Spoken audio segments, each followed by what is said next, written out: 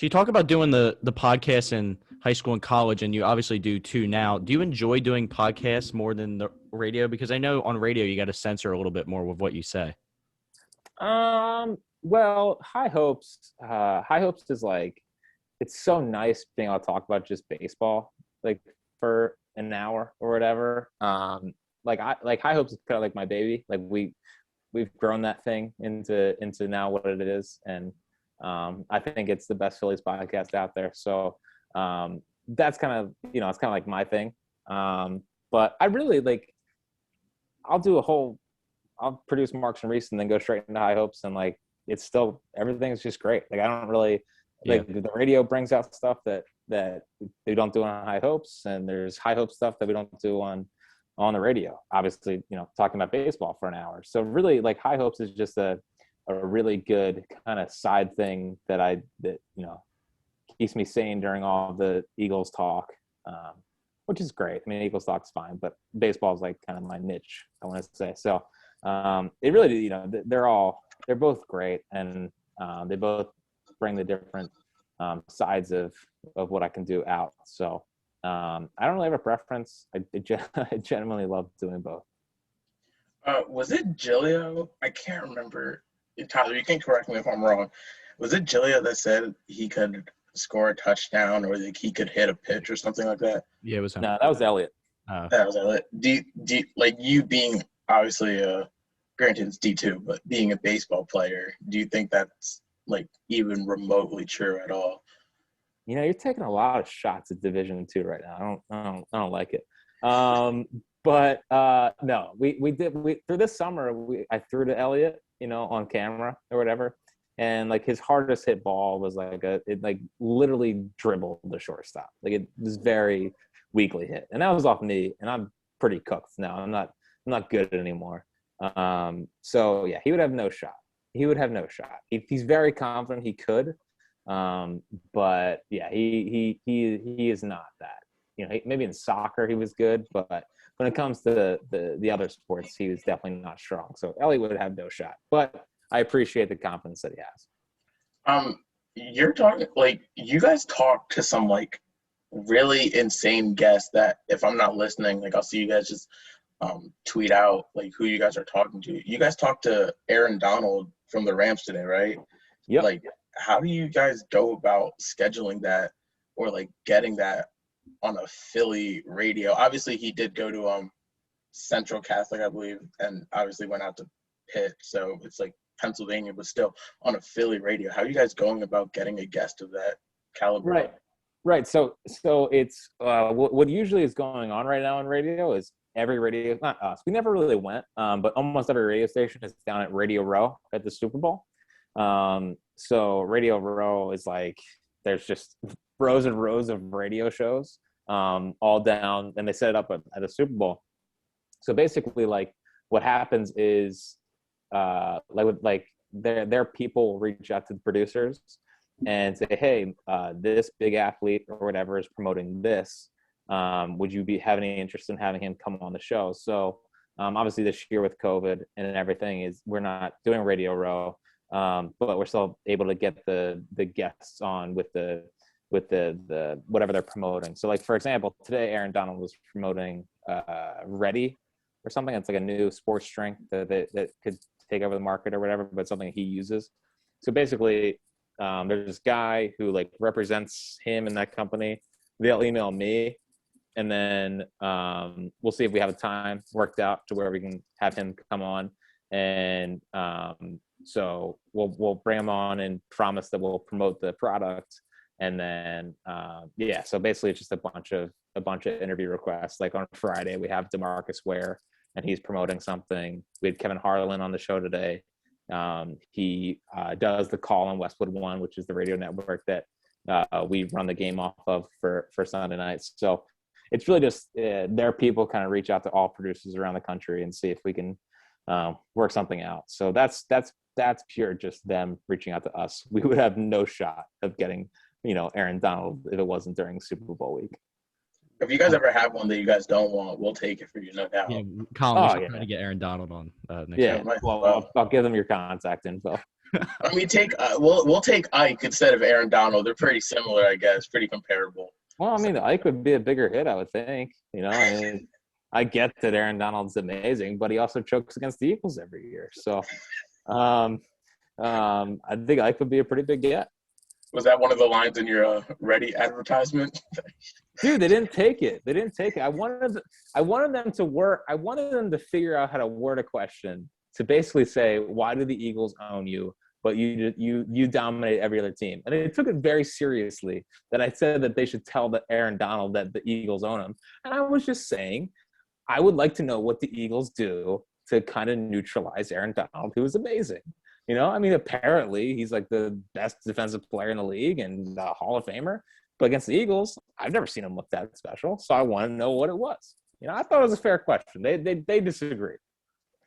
Probably lining Vitae up against him works pretty well. Well, he's an inside guy. Why would Vitae line up against him? You got the best center, Jason Kelsey, and you an amazing guard in Johnson. So I mean, like, I know. But there's other good centers in the league. I thought it was an interesting question. They both thought I was being ridiculous.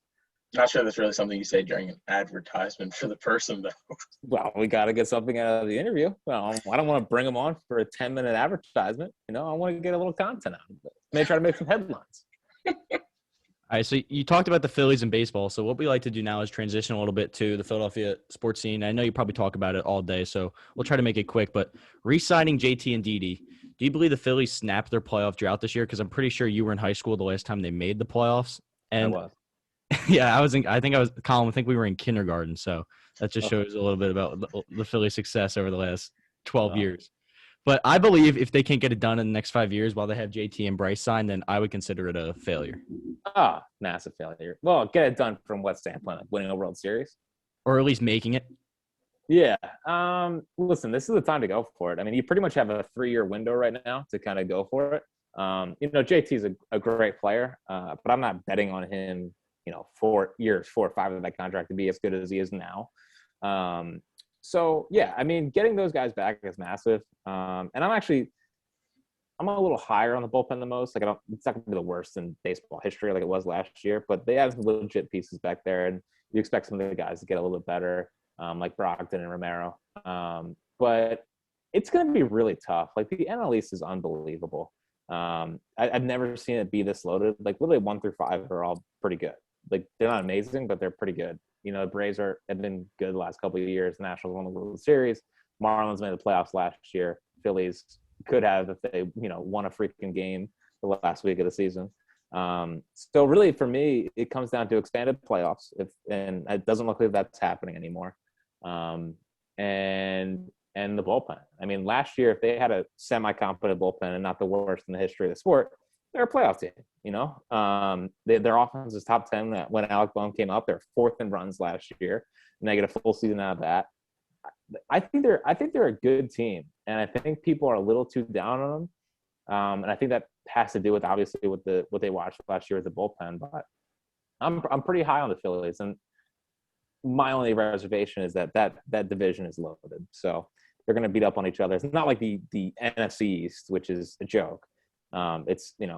It's actually talented. So it's gonna be a fight for most of the season. But I'm higher on the Phillies than most. I brought this up with Marks. Obviously, you being a baseball guy, you can touch on it a little bit better. Baseball, obviously, everyone knows it's kind of been just down period in terms of viewership and ratings and popularity. Specifically within the city, because I think Philly fans are the greatest in the world, and we go hard for whatever team. Basically, do you think signing JT and maybe towards the end of the regular season, postseason, like baseball can be like, somewhat of a feel good / big story? Well, I mean, that's what people said, before 07 through 11, and when the Phillies went on that run, I mean, they're the toast of the town. I mean, we would break down Phillies games on the radio like it was an Eagles game. So baseball's very fickle. When the city's in and they're behind the team, like it's a big deal. And when they're not, it's how it's been since you guys were in kindergarten, which is just no one, it's all old people and like some middle-aged guys talking about like the good old days of 07 to 11. Like it's hard to reach your generation unless the team's good. Like I worked Phillies baseball academy in like 2015 or whatever. So I was working with all the young kids, and like there was no one there. Like no kid wanted to go work at Philly or come to Phillies baseball academy because it like the team was so bad. Like who were they going to go see? Like who are they trying to emulate and whatnot? I mean, Dominic Brown. Don Brown, exactly. Like it's like that's our guy. That's our guy. Dude, they're still major leaguers though. Like Dominic Brown had that good month of May. I know, that 1 year. The guy's an all-star. Don't disrespect him. But yeah, it's just like when they're good, the city's all in. Like I was talking to people that had been to Phillies baseball academy during the Phillies run. They would have like 400 kids at camp, and we'd have like 90. You know, it takes a while for the city to get behind its team sometimes. But I don't think I think the idea that baseball is dead, I've never agreed with. And I think if we're talking popularity in the city, it goes Eagles, Phillies, Sixers, Flyers, even at this point. You know, a lot of people overrate NBA stuff because of how Twitter talks about them. But like Twitter's not as big of an audience as like what's actually watching. So yes, it's an old medium, but you know, as soon as the team's back, I mean, everyone remembers everything about the Phillies run from, you know, 07 to 11. So it's really just a matter of them getting back and showing competent baseball versus what they pulled last year. So this is Philly sports, but it's a little bit actually very old school. Tyler, I don't know if you know this. Jack notoriously believes that Wilt Chamberlain never scored 100 points in a game. He says there's no evidence and it's impossible to convince him. I was talking about it on Twitter with him. Jack, can you just elaborate a little bit on this very hot take? I just want to know where the video is. You know, there's not. It's very convenient. It's very convenient that the night that he quote unquote scored 100 points, there was no video of. It was not 1925. It was not 1940. It was the 60s. There's video cameras. It's an NBA game against the Knicks. I think it's fishy they played it in Hershey. And also, he went 28 of 32 from the free throw line. The guy is a career 51% free throw shooter. How in one night did all of a sudden he's like, I'm only going to miss 4 of these in one night? There is no possible shot that guy scored 100 points in a game. It is ridiculous. Like 62 field goal attempts is like 13 more than most in the NBA's history. It's fishy. There's no video of it. It seems like a tall tale. I could definitely see them being like, hey, Will, here's 100 points on it. You just scored 100 points. I don't know when they started counting, you know. I just a lot of stuff doesn't add up with it. And again, if you can show me the video of Will Chamberlain scoring 100 points, I'll believe you. But it's kind of a tall tale. So if you don't think he scored 100, first two things. One, why would everyone keep up this make-believe story for so long? And how many do you think he actually scored if this game even took place? I would say he scored in the 80s. You know, I could see him getting to 80 something, 100 points. And why is it exactly 100 points? Did they call it? Did they call it right when he scored 100 points and said, all right, that's it? Like, back in that time, it was a lot of hype machines, and it was a lot of trying to, you know, make things bigger than they were. You know, it was the 60s. You know, there was no fact checking. So I don't know. I feel like it was something that they wanted to make sound realistic, and then everyone started believing it. You know, they started believing, oh, he actually did score 100 points. I just want to know, you know, why exactly 100? Did you keep the game going as long as possible and to make sure he got to 100? I don't know. It just there's a lot of holes in the story. You actually do bring up some good points there. I'm not too familiar on the topic, but you know, if I was just listening to you talk about it, I could get behind your argument. Thank you. I'm trying to convince people that, you know, just because something happened and someone told you that it happened, you know, it's just an extra thinking. And honestly, like this is just sports. You know, some people believe some crazy stuff. He might have scored 100, but I don't know. I'm skeptical. Okay, so before we let you go, we want to do a little segment we like to call boom or bust. So I'll give you a prediction, and you have to tell me whether or not you think the prediction is a boom, so it's going to happen, or bust, it's not going to happen. So Okay. I'll start it off with Joel Embiid wins MVP this season. I think he'll play at an MVP. All right, I'll say bust. Not because I don't think he's deserving. It's just I feel like there's a good amount of candidates this year. And it's so tough for him, not for him to win the MVP, but like, he doesn't play every night. But I think he's playing at a caliber of an MVP player. The Phillies make the NLCS. Oh, bust. No shot. I mean, like, I think they'll be better, but that's a little far-fetched for me. John and Ike beat Missinelli for the 4th straight year in the rankings. In the rating. Boom. I mean, Boom. total boom. Carson Wentz has moved this offseason. Boom. I think it's going to happen. It's unbelievable that we're at this point. But the fact that Hurts is doing all the media stuff and they brought in his friend as the coach and all that stuff, it just something doesn't seem right. The fact that he hasn't talked in 63 days, it's a little weird. And it seems like they're kind of working behind the scenes to get him out of here and kind of start fresh for the whole organization. Where do you think he fits the best? I could totally see Belichick trading for him. I don't know if it's the best fit for him. Actually, it might be the best fit for him because I think Belichick and McDaniels would get the most out of him. You know, they wouldn't be afraid to coach him. They would say, "Hey, look at the rings. You know, we didn't win one in Philly, really." So I think New England makes a lot of sense. Obviously the Colts thing, but I don't know. They seem like they don't want to. And the 49ers, I think, are a sneaky fit. Just from the standpoint of Shanahan, and they think they can get more out of him, and he's probably more talented than Jimmy G. But I think the Patriots would be a cool fit. All right, so this last one here isn't really a boom or bust, but we've been asking all our guests, who do you think the next Philadelphia team is to win a championship? It's probably the Flyers. I mean, that seems like the pretty generic one. It's been nice getting back into the Flyers. Like they're my 4th. You know, they were for a long time when I was growing up. I liked the Flyers the most, well, behind the Eagles. And then the strike happened, which was like in 2004. And I don't know. It took me a while to get back in, but it's been nice to get back into the Flyers a little bit. And they certainly have a fun team. They're playing weird this year. With the divisions. Yeah, they're not dominating teams, and honestly, like, you know, everyone's fired up about them being in first place, but they're not in first place because of the goalie. You know, I mean, Carter Hart's been kind of disappointing this year. So if he's not going to develop into the guy I thought he was, you know, that could definitely hurt the growth. But it's way too early for that.